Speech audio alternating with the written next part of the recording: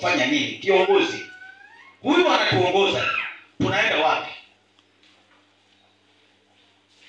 Anataka tuende wapi? Onyesha maono ya namba 2.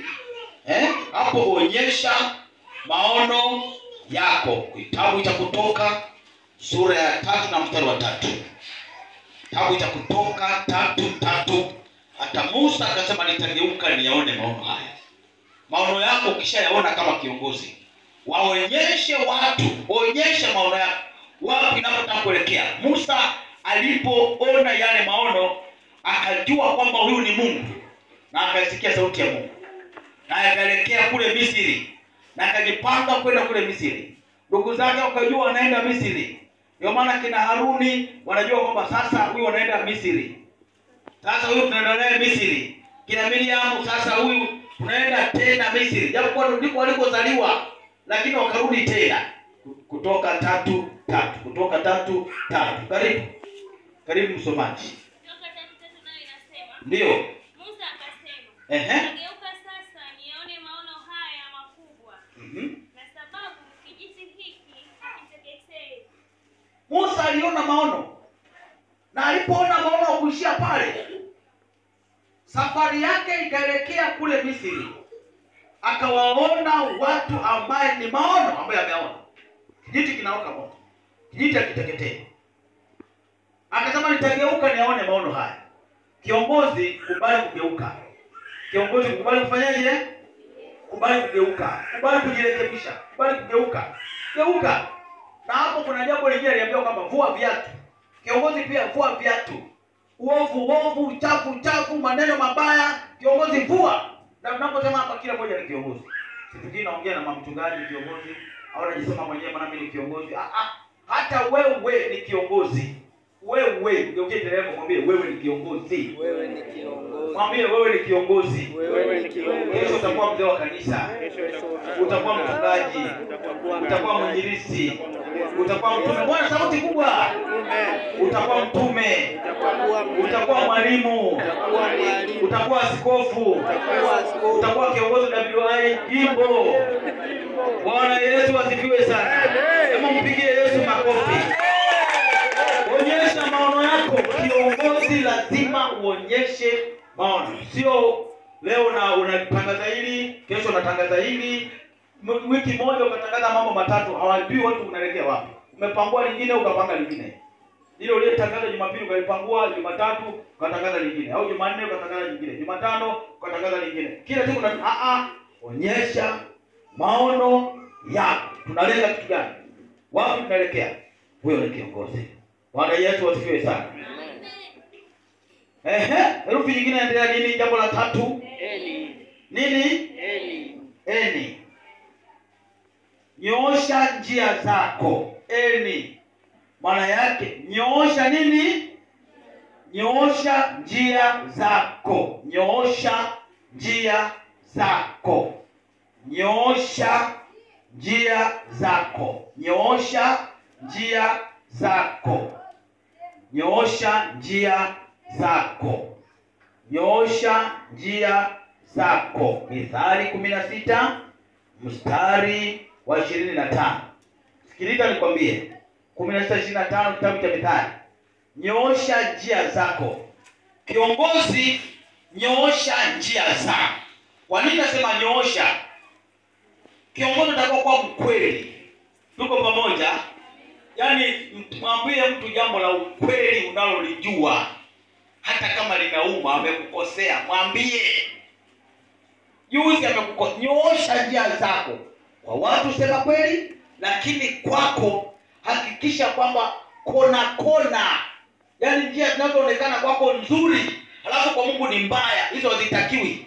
Kama kiongozi hazitakiwi. Soma maandiko mengine sema kiongozi kipofu akimwongoza mwenzake, wote wawili tutambukia wapi? Shimoni. Wote wawili lazima nyooshe njia zako. Njia zako ziwe zimenyooka, zinaeleweka, nasomeka kama barua inasomeka. Nyoosha njia zako. Twende Mithali 16 mstari wa 25. Kitabu cha Mithali. Twende. Inasema.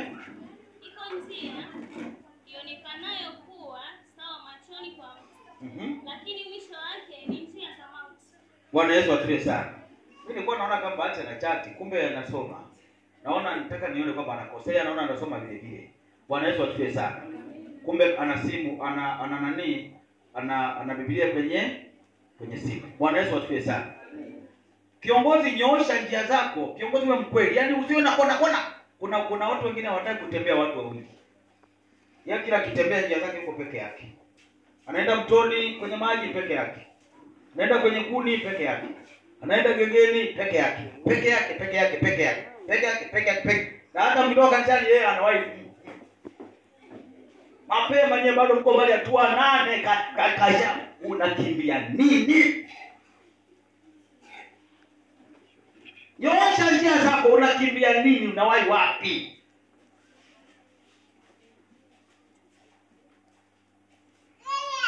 Haleluya. Bwana Yesu asifiwe sana.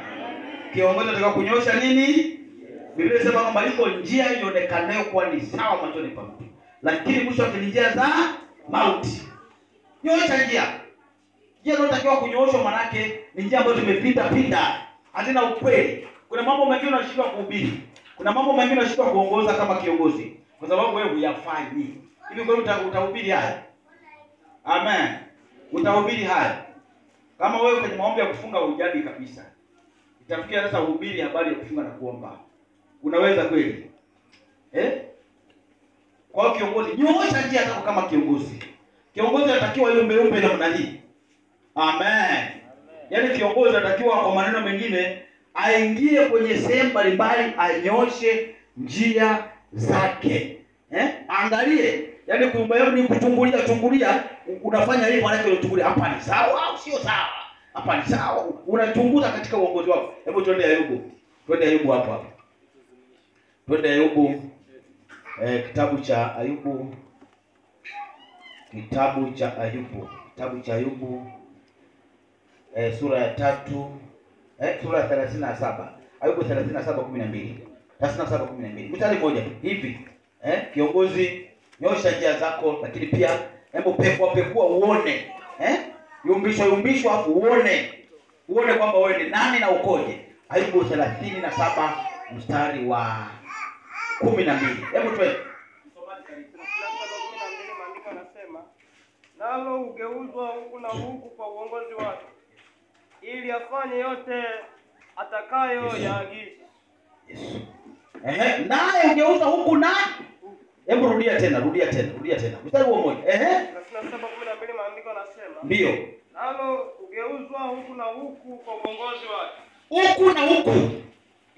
Ili afanye yote atakayo yaagiza. Na sasa hapo anapozungumza hapo, kuna neno lingine ambalo nikujazie, linasema hivi: kiongozi kubali kupigwa mawe. Kiongozi kubali kufanyaje? Kupigwa mawe. Ageuza huku na huku. Ayubu alikuwa ni tajiri, lakini baadaye akageuzwa kuwa maskini. Sio shida, akakaa pale kwenye maskini. Akatulia pale kwenye maskini. Lakini baadaye akageuzwa tena, akarudi kwenye nini? Kwenye utajiri. Yaani kiongozi usikakamae. Ukikakamaa umeweka vimisimamo umekakamaa, utavunjika. Utakufa haraka. Pressure. Usikakamae kweli. We kiongozi, we mwanana, usikakamae, usiweke misimamo ambayo watu watashindwa kupanda mlima. Usiweke ngazi kubwa. Kiongozi mwingine aweka ngazi kutoka pale chini mpaka hapa. Hapo tunapande hapa ndio aende kule juu. Bwana Yesu asifiwe sana. Amen. Kwa hiyo tuko kwenye nini? Tuko kwenye nyoosha njia za kiongozi, akisha kwamba njia zako ziwe salama. Na kuna vitu vingine kama haujawa kielelezo, hauwezi kuwafundisha watu wakasikia kama kiongozi. Kwa sababu gani? Kwa mfano Nitolee mfano nani asiye na hasira? Nani ambao nijitolee mfano mimi mwenyewe. Nimekosa ibada ya Jumatano, nimekosa ibada ya Ijumaa, Jumapili imeonekana. Jumaa tena nimekosa, Jumatano nimekosa tena wiki nyingine, Jumatano nimekosa tena, Jumapili nikaonekana. Wiki ya kwanza, wiki ya pili, alafu Jumapili nakuja hapa nasema nashika makabula yangu. Katika matangazo yangu, tangazo lingine ibada na katikati. Jamani, tukitaji ibada na katikati. Mimi sikuwemo kwenye ibada na katikati. Huu ni uchawi. Nakwambia mimi huu ni uchawi. Acha kabisa huko. Nyoosha njia zako kwanza. Hilo linakuziba mdomo. Hilo linakuvuta shati. Una ujasiri gani wa kulitaja wakati wewe mwenyewe ulilifanya? Eti jamani. Hapo ndio maana ya kunyoosha nini? Njia. Kunyoosha njia zako. Hebu mpigie Yesu makofi kama tuko pamoja. Amina. Hebu twende namba G. Twende namba G. G. Wote tunaiona kama kule nyuma kule umeandika 1 2 mpaka 7 kule kwenye G.